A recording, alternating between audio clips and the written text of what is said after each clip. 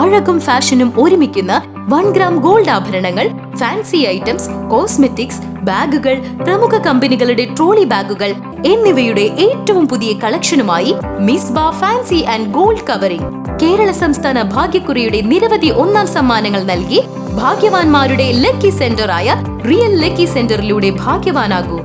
Mullurkara Varavur RS റോഡിൽ തകർന്നു വീഴുന്ന നടപ്പാത കാൽനട യാത്രക്കാർക്കും വിദ്യാർത്ഥികൾക്കും വലിയ അപകട ഭീഷണിയാകുന്നു. മുള്ളൂർക്കര സെന്ററിൽ നിന്നും വരവൂരിലേക്ക് പോകുന്ന റെയിൽവേ സ്റ്റേഷൻ റോഡിന് സമീപം കടകളോട് ചേർന്നുള്ള നടപ്പാതയാണ് ദിനംപ്രതി തകർന്നു വീഴുന്നത്.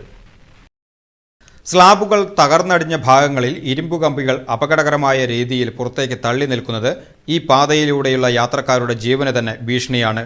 മുള്ളൂർക്കര ഗ്രാമപഞ്ചായത്ത് ഓഫീസ്, കൃഷിഭവൻ, മൃഗാശുപത്രി, homeo hospital, KSEB office, auditorium എന്നിവിടങ്ങളിലേക്ക് ദിനംപ്രതി നൂറുകണക്കിന് ആളുകൾ പോകുന്ന പ്രധാന പാതയാണിത്.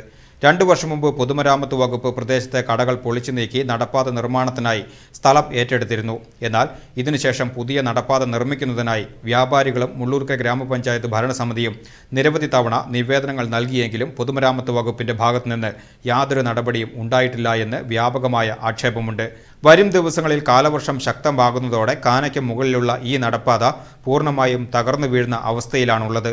വലിയൊരു ദുരന്തം ഉണ്ടാകുന്നതിന് മുമ്പ് ബന്ധപ്പെട്ട അധികാരികൾ അടിയന്തരമായി ഇടപെട്ട് നടപ്പാത പുനർനിർമ്മിച്ച് അപകട ഭീഷണി ഒഴിവാക്കണമെന്നാണ് നാട്ടുകാരുടെ ആവശ്യം. കൃഷിഭവൻ എല്ലാം പുറകിലുണ്ട്. ഈ വഴിക്കൂടൊക്കെ ആൾക്കാർ നടന്നു പോകുന്ന സ്ഥലമാണിത്. അതിപ്പോൾ പുളിഞ്ഞടി ലാബ് ഞാൻ പലതരം കംപ്ലൈൻറ്റ് കൊടുത്തിട്ടുണ്ട്.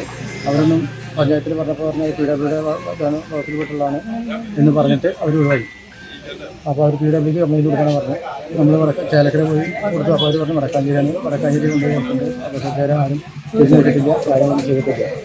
അപ്പോൾ അത് ആയതുകൊണ്ട് എത്രയും പെട്ടെന്ന് ഇത് നേരാക്കി തരാം.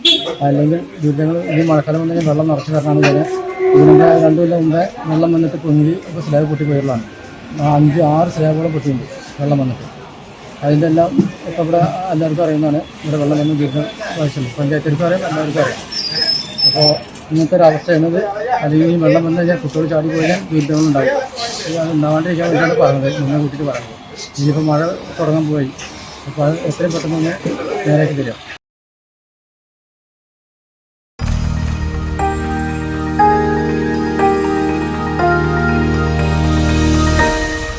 You are watching VCV News.